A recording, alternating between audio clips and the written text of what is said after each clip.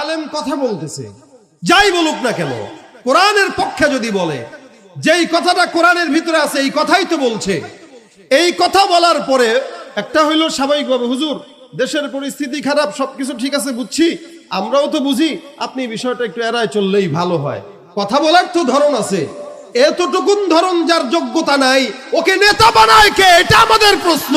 ও নেতা হওয়ার যোগ্যতা রাখে না। আজকে সমাজে ভাইরা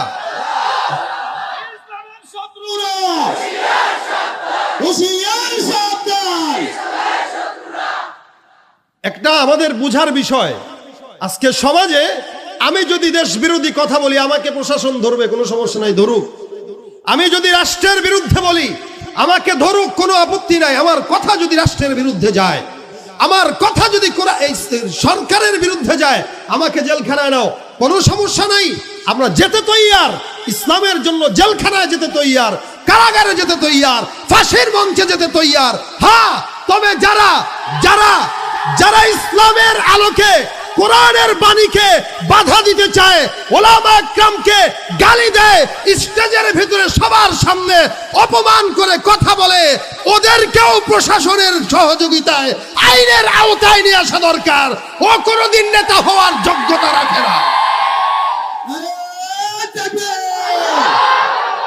ইসলামের শত্রুরা হুঁশিয়ার সাবধান, হুঁশিয়ার সাবধান, ইসলামের শত্রুরা, বিশ্বনবীর শত্রুরা হুঁশিয়ার সাবধান, হুঁশিয়ার সাবধান। একজন আলেমের উপরে উঙ্গুলি উঠানোর দ্বারা গোটা আলেমের উপরে তার উঙ্গুলি উঠানো হয়েছে। শুধু আলেম নয়, মুহাম্মদুর রাসূলুল্লাহ সাল্লাল্লাহু আলাইহি সাল্লামের উপরে তার আঙ্গুলি উঠানো হয়েছে।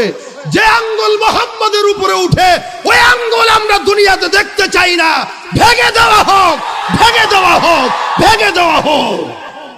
ভাইয়ারা আমার, এই সমস্ত কুলাঙ্গার, এই সমস্ত দুই একটা কুলাঙ্গারের কারণে সরকারের মান ক্ষুণ্ণ হয়, রাষ্ট্রের মান ক্ষুণ্ণ হয়, জাতির সম্মান নষ্ট হয়, আলেমদের সম্মান নষ্ট হয়। এই কারণে চেহারা যেন মানুষ না বুঝে, মুখ ঢেকে এসে তারপরে আলেমকে গালি দিয়েছে। চেহারা যেন না বুঝে, তোর বাপের বেটা সাহস থাকলে চেহারা খুলে তারপরে গালি দিতে।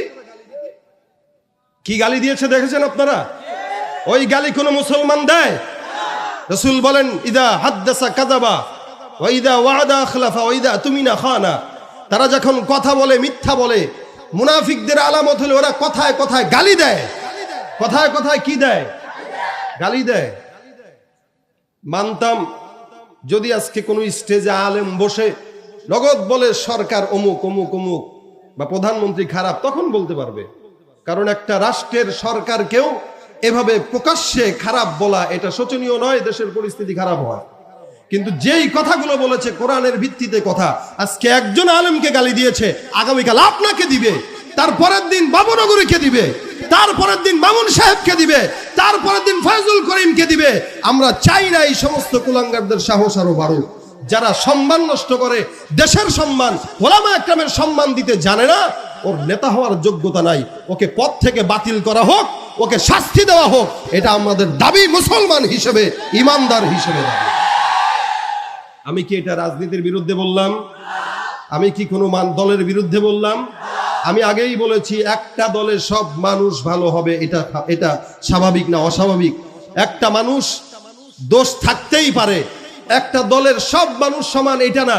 আমরা হুজুরেরাও সবাই সমান না, ভালোও আছি খারাপও আছি। তবে যেগুলা খারাপ ওগুলার তো সাইজ না করলে বলের হুজুরের বদনাম হয়, যেগুলা খারাপ ওগুলার সাইজ না করলে দলের বদনাম হয়।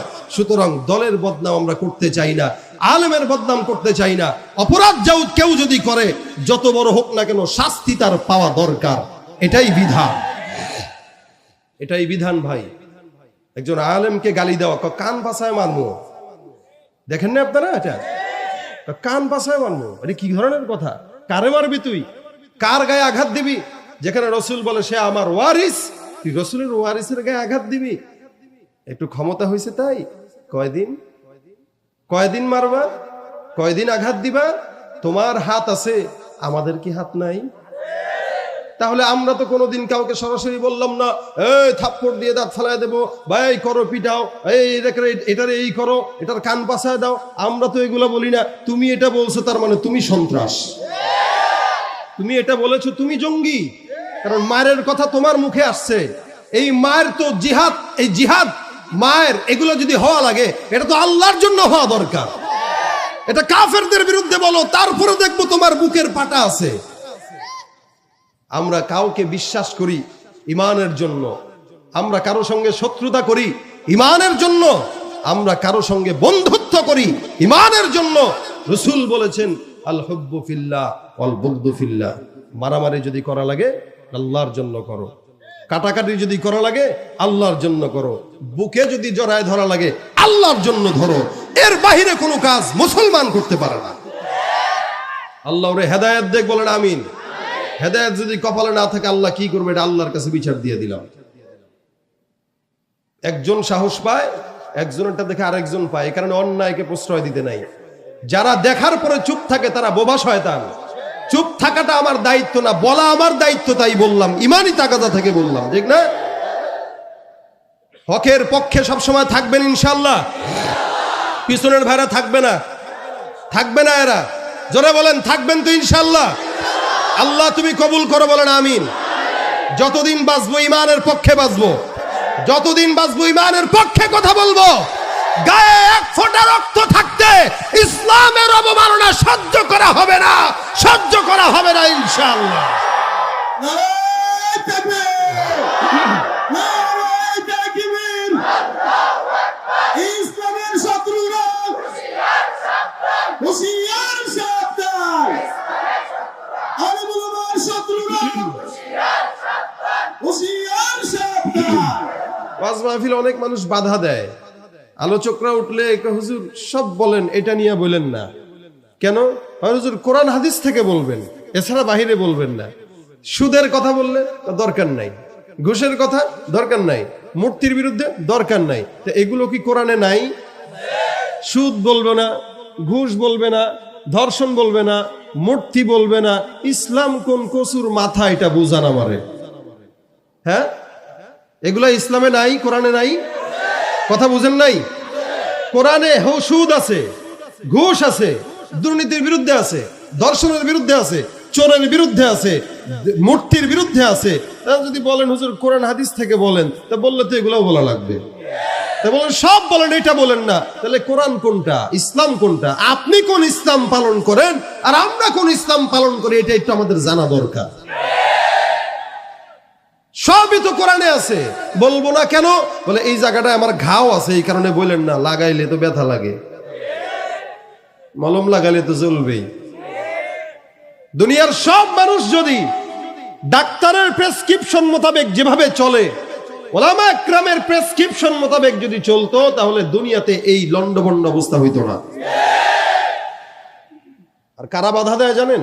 প্রোগ্রামগুলোতে যারা দিনের পক্ষে, দিনের কথা বলতে বাধা দিচ্ছে, এরা কখনো আল্লাহর রসুলের উম্মত হতে পারে না, এরা আল্লাহর বান্দা হতে পারে না। যদি আল্লাহর বান্দা হতো, রসুলের উম্মত হতো, কোনোদিন কোরআনের কথায় সে কোনোদিন ব্যাঘাত ঘটাতো না। আপনারা গতকালও দেখেছেন, আজকে সারাদিন এই বিষয়টা ফেসবুকে আমাদের চোখে পড়েছে। ক্ষমতাসীন কোনো নেতাই হবে হয়তো, সাধারণ মানুষ তো আর এই সাহস আর এত নোংরা হবে না। কারা নোংরা হয় জানেন? যাদের একটু কিঞ্চিত ক্ষমতা আছে তারা বেশি নোংরা হয়। যদি হয়, ভালো তো আছে না, খারাপ ভালো সব জায়গায় মিলিয়ে আছে, কিন্তু একটু ক্ষমতা থাকার পরে যারা খারাপ হয়, এরা আবু জাহেলের চাইতেও খারাপ হয়।